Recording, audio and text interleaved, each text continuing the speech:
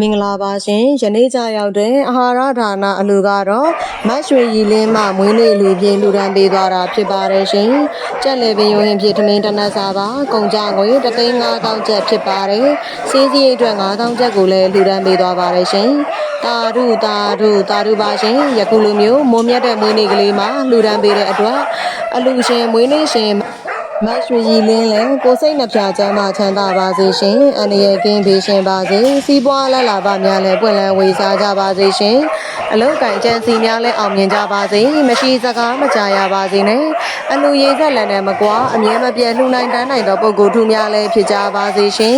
ရရှိပြီးသောစီစဉ်ယရနာဥစ္စာအပေါင်းတို့ဒီလည်းတည်တံ့၍ပြန့်ပွားတိုးတက်ပါစေသူတော်ကောင်းများလည်းဆောင်ရှောက်ကြပါစေရှင်ကက်ကြီး3ပါးပင်ရန်သူမျိုး5ပါးပင်ရများမှလည်းကင်းလို့ကြပါစေစားနပ်ရိက္ခာပေါ်များ၍ချွေရန်တင်ပင်များလည်းပေါ်များကြပါစေကောင်းခြင်းမင်္ဂလာဖျားဖျားနဲ့ပြည့်စုံကြပါစေရေလိုအေး၍ပန်းလိုလန်းဆန်းသောဘဝများကိုလည်းပိုင်ဆိုင်ကြပါစေရှင်နတ်လူသူတော်ကောင်းအပေါင်းတို့ကလည်းချစ်ခင်ဆောင်ရှောက်ကြပါစေရှင်ခုဆိုရင်တော့ channel ကကီလာနာခွေးလေးများရဲ့ထမင်းစားချိန်ပဲဖြစ်ပါတယ်ရှင်လှူဒန်းမှုအတွက်ကျေးဇူးအထူးပင်တင်ရှိပါတယ်ရှင်